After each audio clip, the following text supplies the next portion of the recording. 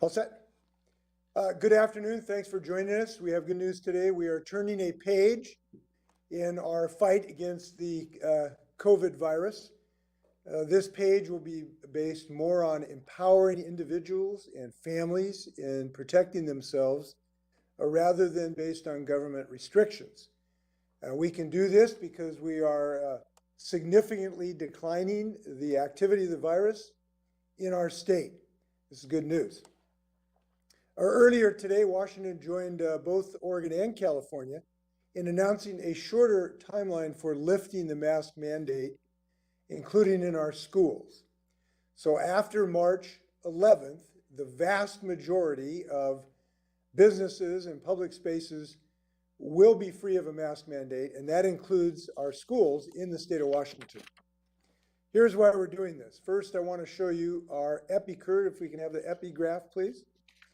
You'll notice our epi graph has shown a very significant decline in the last month, and we have seen a consistent level of reduction, which has continued in the last couple of weeks, and we're very pleased about that.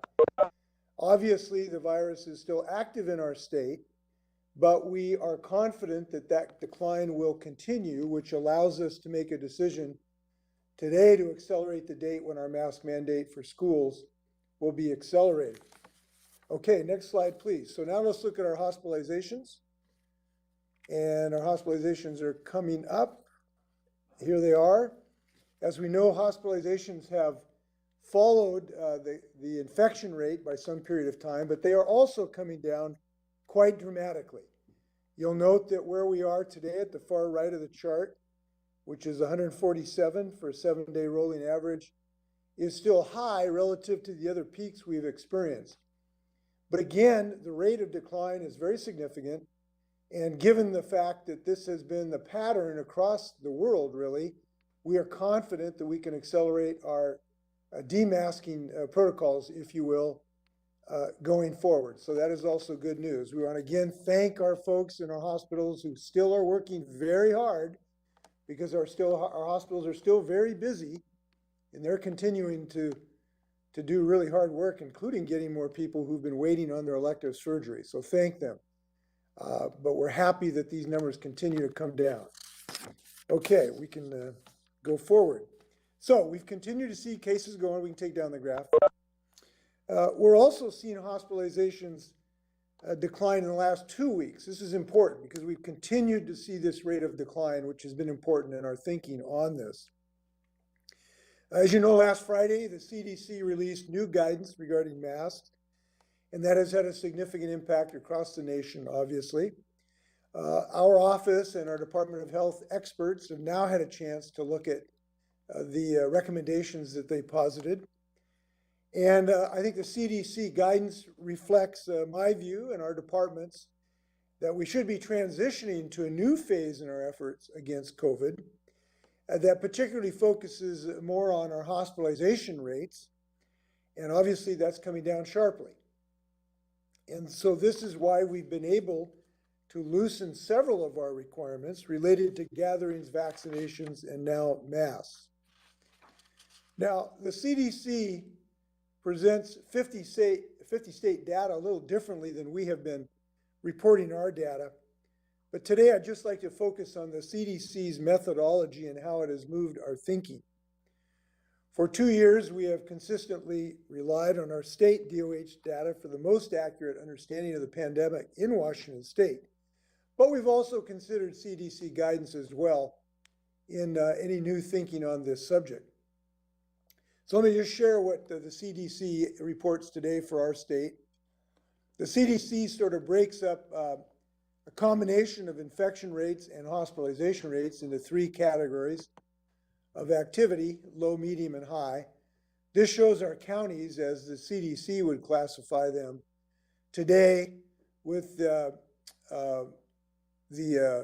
yellow being low, the green being medium. Excuse me, I've got those backwards. Thank you very much. The low being green, the medium being yellow, and the orange being high. You'll note that we still have distinctions in our state. Pierce County remains high, even though King County is in low. But we need to look at this on a statewide basis. We think doing this just on a county by county basis has not been helpful in the state of Washington. So we want to move forward as a state at the appropriate time. And we think that is the best route forward for the state of Washington.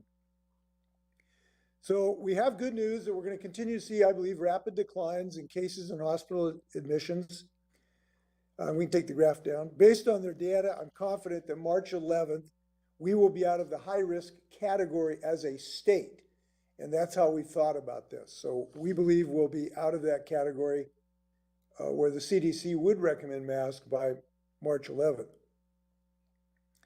Now, I do want to note that our hospital rates are down, but again, we think there's a reason for people to be careful, obviously, in part to help our people working so hard in hospitals.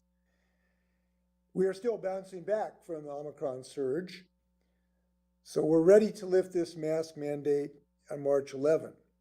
But we don't think it would be the right decision to do that earlier, given the need to move forward as a state. Now, additionally, in the coming days, we will be announcing what we think of as our next chapter on how we deal with this virus. We believe that this will be based, as I've indicated, on a provision of empowering individuals and families to protect themselves rather than having mandates. And we know that we are certainly going to continue our very vigilant and resourceful and dedicated efforts to protect our people from this virus. So our next phase in planning will involve commitments on multiple levels, and we'll talk about that either later this week or early next week. That's going to be a plan that will assure that we have adequate availability of vaccination if another variant comes back, that we have adequate PPE if another variant comes back, if we have adequate medical care, if another variant comes back, as well as planning for future in a whole host of endeavors. And I look forward, we'll have that plan, as I've indicated, later this week or early next week. It's important to note the date does not change any other aspect of the updated mask guidance that we earlier talked about. After March 11th, masks will still be required in certain settings, high-risk settings, healthcare facilities, corrections facilities, and long-term care facilities. So we'll look forward to continuing that work. So we know we're going to continue our efforts. They will look differently now as we move to this next chapter, but they will continue to be protective. So our commitment, our level of commitment is not going to change, but this virus has changed, and we're making decisions to act appropriately on those changes. It's also important to realize as we go forward, a lot of folks are going to want to continue to wear their masks, and we're going to continue to protect their right to do so. So our order will continue to assure that people can wear their masks on the job if they desire to do so.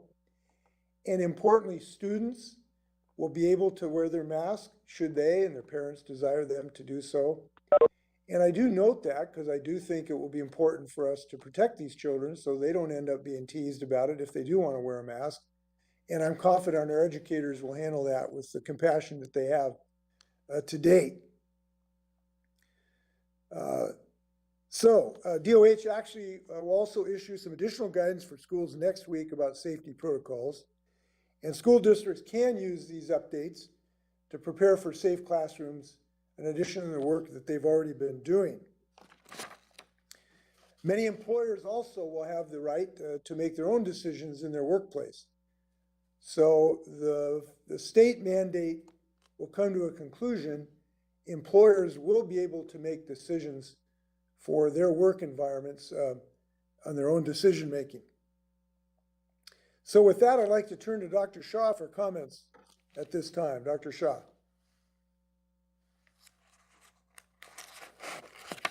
Hi, Governor. Can you hear me okay? Yes. Great. Well, thank you, Governor. Again, as the Governor just pointed out, this is a day of both hope and empowerment as we continue to see improvement in both cases and hospitalizations across our state. I've also been in touch with our public health colleagues at the state level in both Oregon and California, and I want to thank them. I also want to thank our local public health partners, and as the governor mentioned, in particular, our healthcare colleagues who continue to do such an amazing job in our healthcare and hospital systems. And certainly I want to thank our team at Department of Health, and I'm joined today by Lacey Fahrenbach as well. As Governor has stated, this updated timeline is a direct result of following the science and also after careful review of the CDC and its guidance that was released on Friday. I also would be remiss if I did not thank all Washingtonians for the incredible work that they have done to protect themselves and those around them. This has been a tough 2 years for everyone. We know that. But those who have gotten their vaccines, worn their masks, and followed public health guidance during this time, I really just want to say thank you to all of you for doing so.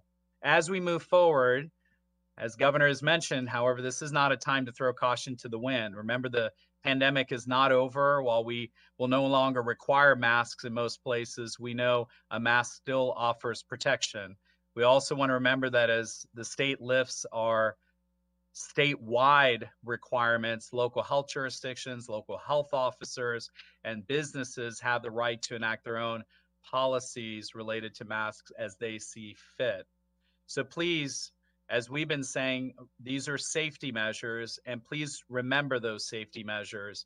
Be kind to those around you, especially those who may be living with someone who has a medical condition, maybe immunocompromised, or just feels safer because they want to keep a mask on. We want you also to respect, as we have been saying for months, the rules of the room. If you're in a setting where these safety measures in place, please follow them. Please be civil as you do so. We also want people to keep masks available because there may be a time where you do need it, and we certainly want to make sure that you have it available if necessary. Again, masks offer additional protection, but we do want to also remind everybody to get vaccinated and also to get boosted if eligible. And most importantly, or equally importantly, or absolutely importantly, stay healthy in all respects: physical health, nutritional health, and emotional health. So we know that things are getting better, but we also know the pandemic is not over. We are, as the governor said, watching for other variants, not just in our state, across the country, across the globe. We will do everything we can to continue to protect Washingtonians. We also want to just encourage you to do everything you can to continue to live your lives, but also to do so with health and safety in mind, and to do so together. So just wanted to add those additional comments. And I want to say thank you again to everyone. And Governor, I'll turn it back. Thank you. Before we go to questions, I want to make some comments on behalf of the people of Washington regarding this unjustified invasion of the Ukraine by Russia. Simply put, the people of Washington stand with the people of the Ukraine. We stand with them against this outrageous foreign invasion. And we, in some sense, are all Ukrainians today. And we stand with those people in Russia who are protesting this vicious, malicious, totally unjustified act of violence. Because of that, I am directing today all of our state agencies to do an inventory to identify any commercial or other connections with Russian state institutions or significant Russian companies with an eye towards terminating them or canceling them and not letting them go forward. This cannot stand. And the entire world needs to be united in this regard. We intend to do our part in the state of Washington.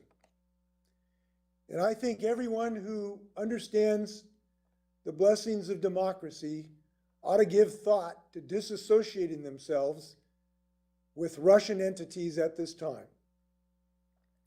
Russia has abused not only the dignity of the people in the Ukraine, but the ability of the international community to feel that democracy is going to remain a permanent value system of civilization as we know it. So I am fully supportive of any company, large or small, that decides to join the state of Washington in this effort. Now, when we take these actions, sometimes there may be inconvenience for us, but the defense of democracy is totally justifying that inconvenience.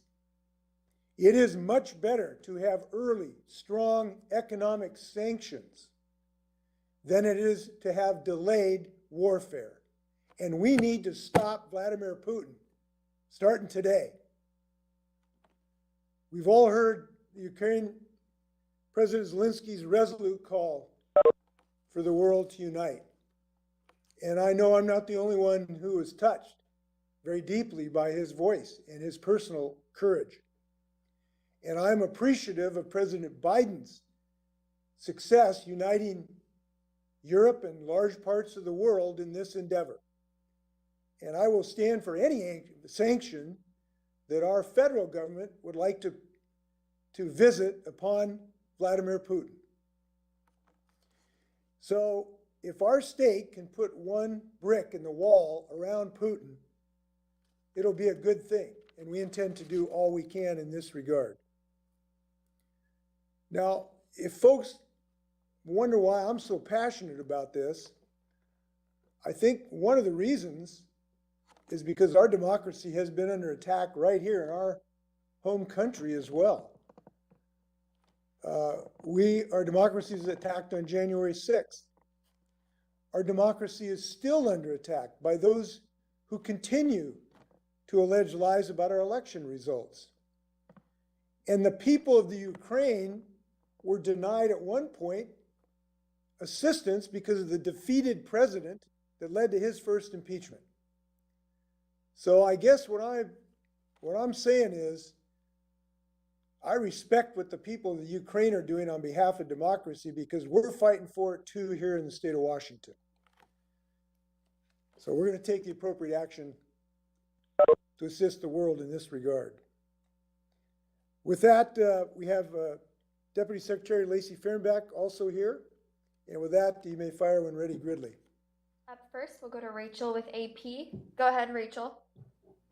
Hi, Governor. As you know, California is lifting their statewide mask mandate tomorrow, and we're already seeing more and more people not wearing masks in stores here, probably because of what they've read about the CDC guidance. So given that, as you've noted, a variety of people will still likely wear masks after the mandate lifts, why not follow California's lead, if for nothing else, to create less conflict for stores who may not want to engage with customers about masks at this point? Well, I'd ask it, why doesn't California follow us? We're actually doing very well here in Washington. So, no, the reason we've decided to join the masking mandate in schools and businesses is for consistency and simplicity so people could understand the date in the same place. And we actually have enjoyed great compliance. I think 294 of 295 school districts are in compliance right now. And we will give people the right to wear masks should they desire to do so. But until March 11th, we think it's a safe thing to do in these contexts for the state of Washington. So we've made that decision. All right, next question comes from Joe with the Seattle Times. Go ahead, Joe. Hi, in your earlier announcement when we were talking about lifting the mask mandate, your health metric was 5 hospitalizations per 100,000 people on a rolling 7-day average. What's that up-to-date average now, and what did DOH projections show it at March 11th? Closing in on 5. I'm not sure they exactly show 5 on May 11th, but it's closing rapidly into that number. There is also another projection. Of course, these are all predictions by the IHME group, which shows us actually getting to that number by that date. So these are all predictions. They have confidence intervals on each side of, a week or two. We think this is very close to what we originally were thinking about. And looking at the CDC suggestion, we thought this was a reasonable approach based on both their suggestion and the epidemiology. And we feel this is a safe thing to do based on all of those things. All right, up next, we'll go to Laurel with the Spokesman Review. Go ahead, Laurel. Hi, thank you. This is probably a question for Secretary Shaw. Are there any concerns about the BA.2 or any other variants potentially replacing the original Omicron strain and prolonging or creating a small additional wave of the virus in the coming months as places like Eastern Washington, where vaccination rates are low and masks are starting to come off in those areas? Can you just kind of explain the risks there? Thank you. Yeah, thank you for that question. I think we always have to just remember that concerns are always there, and we continue to be vigilant about following the genotyping of what's being tested positive or what comes in positive in the state of Washington. And we are seeing some increase in BA.2 in the state of Washington, which is not surprising because that's happening across the country as well. So yeah, we continue to monitor that. But I think the other piece that we've also been watching when it comes to BA.2 is the potential benefit of cross-reactivity or cross-protection for those who have been either exposed, infected, or vaccinated, in particular with Omicron. And so I think there are a lot of, really from many respects, there are a lot of things that we're watching, but I do want to say that there is some benefit here of the Omicron experience, which is sounds like a bad way to say it, but given that BA.1 and BA.2 is a sub variant of BA.1, that is something that we do need to keep track of. Now, as far as your last point about vaccination, I think that is something that we have been saying for a year plus, which is regardless of who you are, where you live in the state of Washington, we have made vaccines both available and accessible, and we want to make sure that people continue to avail themselves of vaccines. That is not going to stop. That is something that we continue to do everything we can to work with our partners on the ground to make sure that vaccines are first and foremost the protections that people turn to when it comes to protecting themselves from not just the current Omicron or BA.2 or any variant that is on the horizon. So again, just want to say that our genotyping and genosequencing in the state of Washington is strong, and we want to continue to emphasize that we're monitoring, but still people should be vaccinated, and that's an important piece of protection for them as well as we move forward. Up next, we'll go to Austin with Northwest News Network. Go ahead, Austin. Governor, I know that you've also focused in the past on the death rate in the state, and I just been looking at the dashboard. It looks like the death rate is still at 3.5 per 100,000 over a 7-day period, which is pretty high looking at the charts, and that the 7-day death count is 270. So I just wanted to ask about, because there are others who will say this mask mandate is coming off too soon in light of that, and also in light of the news today that the Pfizer vaccine is less effective, significantly so, for kids 11 and under. So taking the flip side argument that maybe we should wait longer, especially in light of ongoing deaths and the vaccine for kids, how would you respond to those who are concerned about this? Well, the death numbers always follow by weeks and weeks the infection rates, and also by weeks and weeks the hospitalization rates. So we are confident that those death numbers will come down dramatically in the weeks following the decline in infection rates and then hospitalization rates. And we think, and particularly if you're vaccinated, 95% of the people who are becoming hospitalized are unvaccinated. So look, you've got the ability to stay out of a hospital right now to get vaccinated. That's one of our thinking about this, is people have the ability to protect themselves because this vaccine are extremely still successful. I haven't seen the comment about Pfizer you made, but I can tell you that 95% of the people in hospitals are unvaccinated.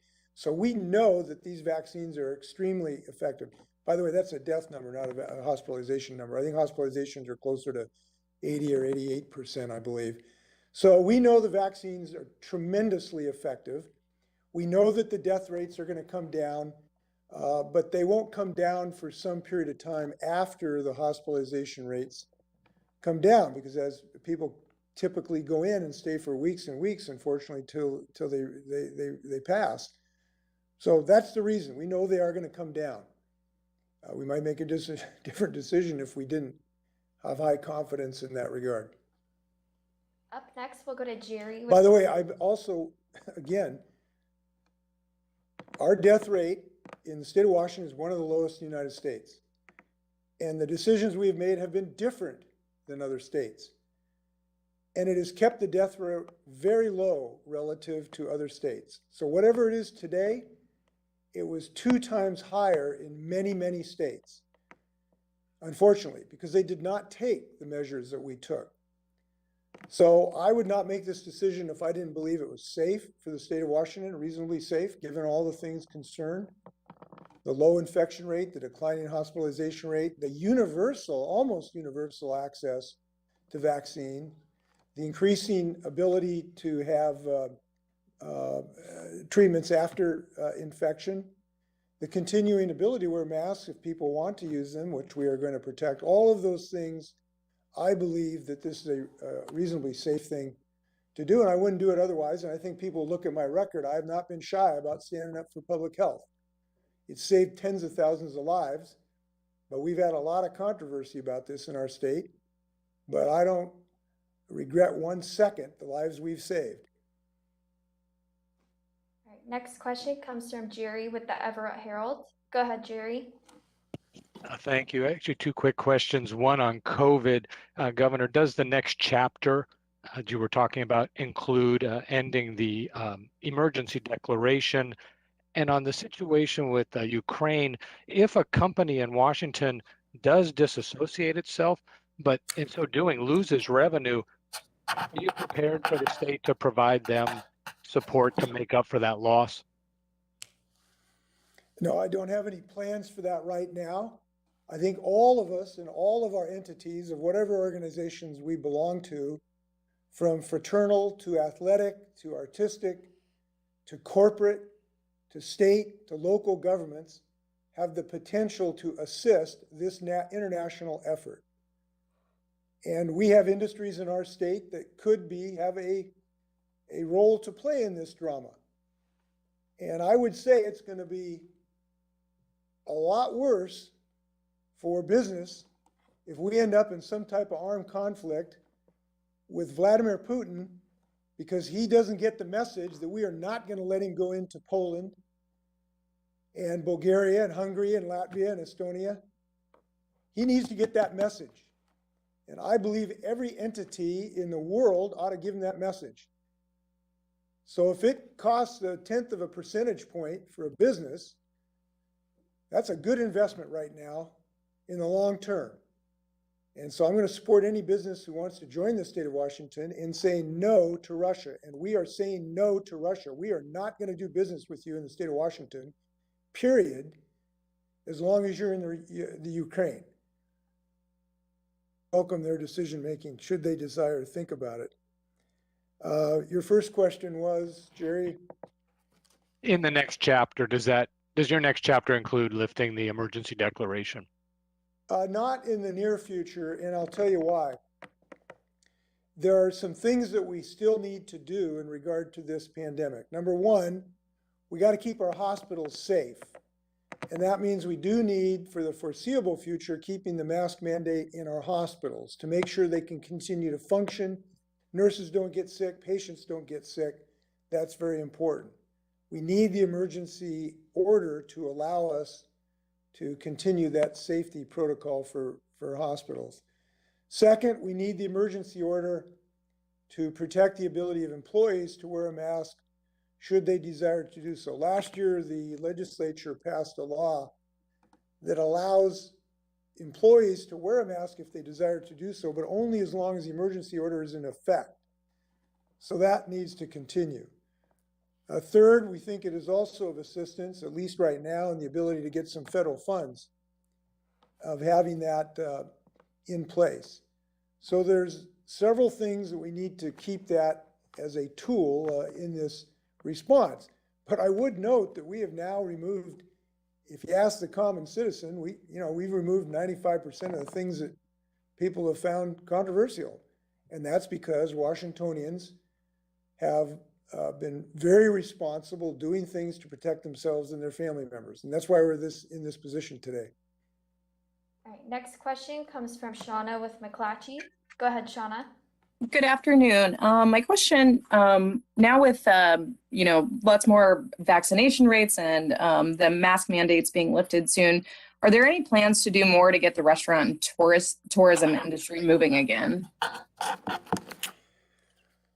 Well, we've had a host of assistance programs for that industry. I don't know how many millions of dollars we've provided to the industry, but it's been very significant. I'll try to get you that number. I don't know right now whether those funds are still available in that fund or not. I'll have to get that information to give it to you. I'm not proposing, at least legislatively, a specific thing for restaurants right now.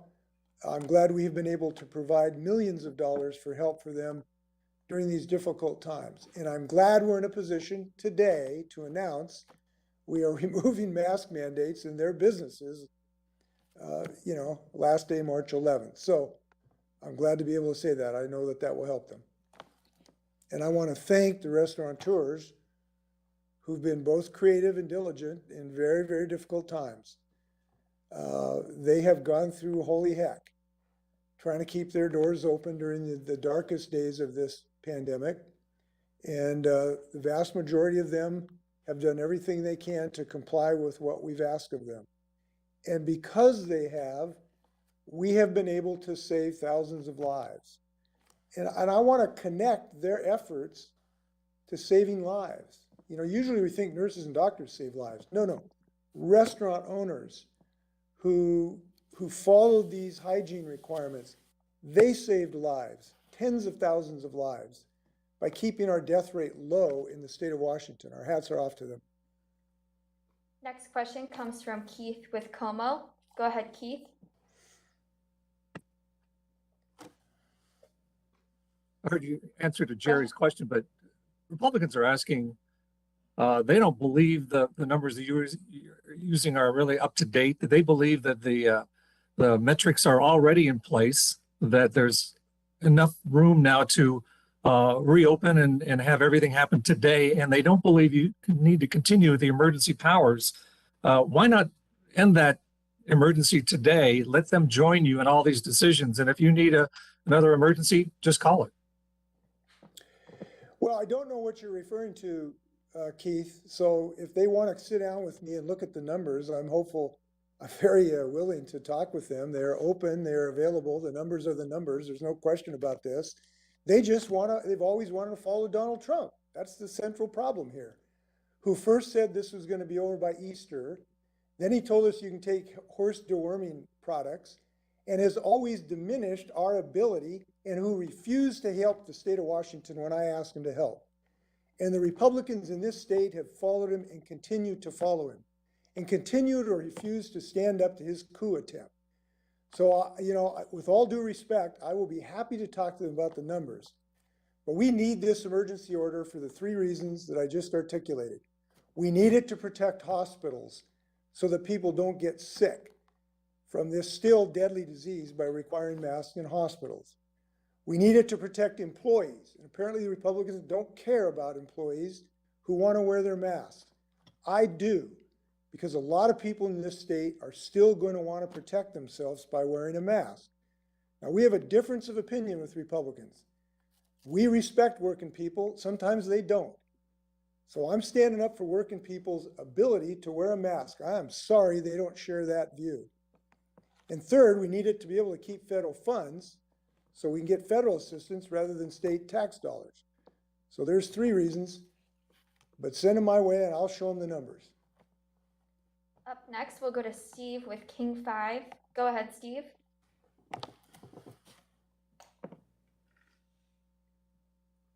Steve, are you there? All right, we will try Hannah Scott with Cairo Radio. Go ahead, Hannah. Hi, good afternoon. This is going to be for, I think, probably Dr. Shaw. We're seeing reports from several medical experts warning against the rush to lift the mask mandate and shift the focus specifically or solely to hospitalizations as far as any metrics. They say it doesn't account for the unknowns of COVID, and that solely focusing on hospitalizations allows for high burden of disease that would basically lead to a delayed response. I wonder if you can speak to those concerns. Yeah, Hannah, thanks for the question. I would say that, we've said throughout this pandemic that it's a summation of information that we follow. And so while we may be focusing on one measure, a couple of indicators, or 3 or 4 or 5 trends, whatever the case may be, we watch the entire picture. And the way I look at it is that, if you take a photo, it's a snapshot, but when you take a video, it is an entirety of what's occurring in context. And that's what we're doing. So while we may be continuing to focus on a couple of measures, and we do believe that hospitalizations is an incredibly important measure. And so I do disagree if anyone is suggesting that hospitalizations are not important. However, we're looking at the entire picture. And I think that is really the critical piece of this. I would also say that we also are absolutely continuing, as I said earlier, watching variants across both the globe, the country, and in our state. And so we are keeping track of what's happening. And because of the strong genotyping, genosequencing system that we have here in the state of Washington, that allows us to get an earlier look at what's coming down the pipe. And so that is another consideration as part of all this. So I would just say that, to those who may think that we are not keeping track of anything specific, or that we are looking at only one measure, the answer is no, we're not. We're looking at all of them. And yet we're continuing to focus on what makes sense. And I think the governor has made it very clear. And so, we at Department of Health have made it very clear that we need to know the entire comprehensive picture of what's happening in the state of Washington. And so, frankly, when you're hearing a lot of comments that are occurring from across the country, they're also looking at their own state context or their own local context. And we're looking at what's happening within the state of Washington. And even today, with our alignment with Oregon and California, there's still nuances to what we have in the state of Washington. And that's what we continue to be focused on. If I may add another reason to focus on hospitalizations, it comes to what we're really trying to do here at this point. So at this point in the virus, we now have the ability individually to protect ourselves. We didn't have that before. We have the ability to wear masks. We're going to continue to protect that should you desire to wear it. And importantly, you have the ability to get a vaccine. Almost everybody in the state now has access to a free, safe, extremely effective vaccine. And if you choose that vaccine, your chances of getting hospitalized or dying are something like 15 or 16 times less than if you don't get the vaccine. So the point is, we now have the ability individually, by making individual decisions, to protect ourselves. But what we want to do is to make sure that for the people who are not getting a vaccine, who unfortunately are going to the hospital and unfortunately losing their lives because of that decision, that those people do not jam the hospital system so that people with heart attacks and car wrecks can't get treatment in elective surgery. That's kind of the goal of this at this point. Now, I have to tell you, it's very sad to me and extremely painful to know more people are going to lose their lives to COVID for months and perhaps more because they refused to get the vaccine when it was freely available to them. That's extremely painful to me. We have done everything humanly possible to reduce that. The goal now is to prevent our hospitals from becoming jammed. And I am very confident we will succeed in that goal by removing this mandate on March 11th, because the course of this virus has been consistent all over the world. We can see where we are on that curve, and we are going to continue to go downward. And I am very confident we're going to achieve our goal of keeping our hospitals open. I would continue to ask people to talk to their loved ones about getting this vaccine, because we are still losing dozens of people every day, and it is totally unnecessary. But we're doing all we can. We will try Steve with King 5 one more time. Go ahead, Steve. If you can hear me, Governor. Yes. All right, great. If next Monday, for instance, the data is going even better than you expect, you might do end the mandate even earlier, or is it kind of May 12th no matter what? I think we need to pick a date so that people will so they can plan, so they can have confidence where we're going as a state. I really don't think there'd be a reason to change the date at this point. We know where we are, we know where we're going. We want to keep it easy to understand. It's the same day for businesses and schools, and kids and parents. We're just going to stick with this. All right, we have a couple more questions. Up next, we'll go to Joey with Puget Sound Business Journal. Go ahead, Joey. Hi, Governor. Thanks. Two questions. First one for you. There's a bill in the Senate right now to impose nurse staffing ratios, stricter penalties for hospitals breaking them. Nurses say it's the only way to deal with the dilemma. Hospitals say it's too expensive. Do you have any thoughts on that and where it might go and how it might get to your desk? And then for Dr. Shaw, as you were talking earlier, businesses are going to have the conversation of whether they enforce their own masking mandates. What advice would you have for folks? Specifically in the Seattle area, I would expect a lot of operators are feeling pretty, not quite sure how to go forward. So any advice for them? Thanks. The nursing issue, I'm inclined to be supportive of efforts to make sure that we keep our folks in medical care healthy, and that's what this is about. I haven't seen the specifics of the bill, so I can't give you a black or white answer. But I do believe our working people are working so hard, they deserve protection. But we also have to find a way to staff these hospitals. And that means going forward, we're going to have increased training for people. We have to be attentive to compensation to bring them into the industry. We have to continue our efforts to build long-term care capacity so we can discharge patients out of hospitals when they're ready to go. All of those things will be extremely important to reduce the burden on our nursing staff. Thanks, Governor. Thanks, Joey. What I would say first is, again, the reminder that the statewide requirement would be going away after March 11th. But those businesses and local communities, I would really honestly make sure that they are continuing to work with their local health departments, local health jurisdictions, their local health officers. And again, the comment is always a nuanced answer. And so let me make sure that I add this in, that there are going to be some businesses that will have a propensity for, they may not have the ventilation, or they may have very crowded settings, or they may be in a situation where they have a higher unvaccination rate in their community. Those are the kinds of businesses that may want to consider having additional safety measures in place. Those that are in places where that's not the case, that they have, outdoor seating, or even it's a spread out restaurant, or you've got a lot of folks that are, wearing masks or choosing to wear masks and also vaccinated. Those businesses may decide to go a different way. But regardless of which decision is made, I hope that what they will do is to consult with or contact their local health jurisdiction, local health officer, and they can have that discussion. And again, what we're saying today and what we said previously when the March 21st announcement was out there is this is the end of the statewide requirement, and it does not mean that there cannot be additional requirements at a local level. Governor, anything you want to add on that one? No, we got it. Our last question comes from Kelly with KATU. Go ahead, Kelly. Sorry. Hi, Governor. Can you hear me? Yes. Lots of struggles today with the internet. Sorry about that.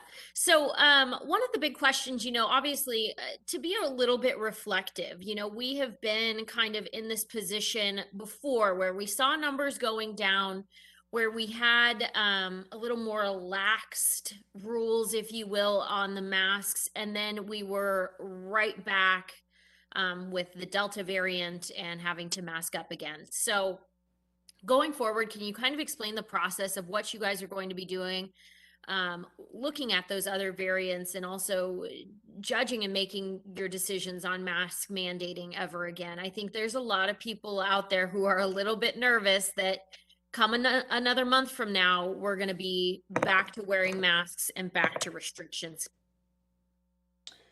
Yeah, well, in the effort of reflection, what I would say is I actually think our decisions when we have relaxed some of our restrictions actually have been appropriate. But what happened is a new variant showed up. And when a new variant shows up, you have to respond to it. It would be foolish not to respond to a new variant. And when new variants have shown up, we have responded to them. Look, if you're attacked by a new enemy, you got to respond. And that's what has happened. So I don't think the new variant showed up because we relaxed our restrictions. These came from outside our borders. They were variants that started somewhere else. They were going to end up here no matter what. So what I think the kernel of what you're asking is, should we be ready for another variant? You bet we should. And that's what I was talking about later this week and maybe early next week. We're going to roll out a plan to show how we will be ready for the next variant. That starts with good sequencing and good surveillance. Now, fortunately, we have probably the best surveillance in the United States today already. But we're going to look to make sure if there's anything we can do to increase it, to see if there's any earlier jump on recognition of this. Frankly, it's been really good already. You know, we were the first one to discover this in the United States, and we've been on top of it ever since. We have not lacked for understanding the infection rate in this state, but we're going to look to make sure if there's anything we can do to make it better, we will. Then we're going to look, obviously, if there's anything we do to improve our vaccination rate, we want to make sure that we have the ability to rapidly ramp up our capability to implement the vaccinations. Is there anything we can do to make sure we got the reserves available on quick order? Now, I think we can do that because we've demonstrated our ability to do 45,000 injections a day. It's just been people haven't volunteered to come. Then there's PPE. We want to have a plan so that we will always have the ability to have appropriate PPE when and if we need to universally put on our mask again. And we're going to be talking about that. Then there's a whole hospitalization capacity issue. This is a hard one because it takes time to build up capacity, but we will be looking at ways to make sure we can do the ultimate in that regard. And obviously the educational component of this, we'll be evaluating, have we done everything we can to help people understand the value of vaccinations going forward? And I do want to reiterate, that vaccine is, is just as important on March 12th as it is on March 11th. And because this is going to be continuing to be with us for a considerable period of time, at least. And these vaccines work. So we're going to continue talking to our citizens about that. So when would we implement new restrictions? Like it has been, when it's the right time.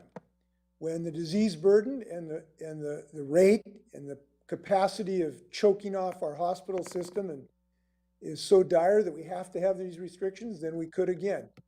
But I hope that day does not happen. Any final words, Governor? No, I want to thank everyone. It's been a long 2 years. It's a marathon, and we just moved the tape. It was about 25 yards away. Now it's, 11 days away or so, or 11 yards away. But let's run through the tape. Let's get this job to the next chapter and be ready and protect ourselves and do everything we can to do that. Thank you.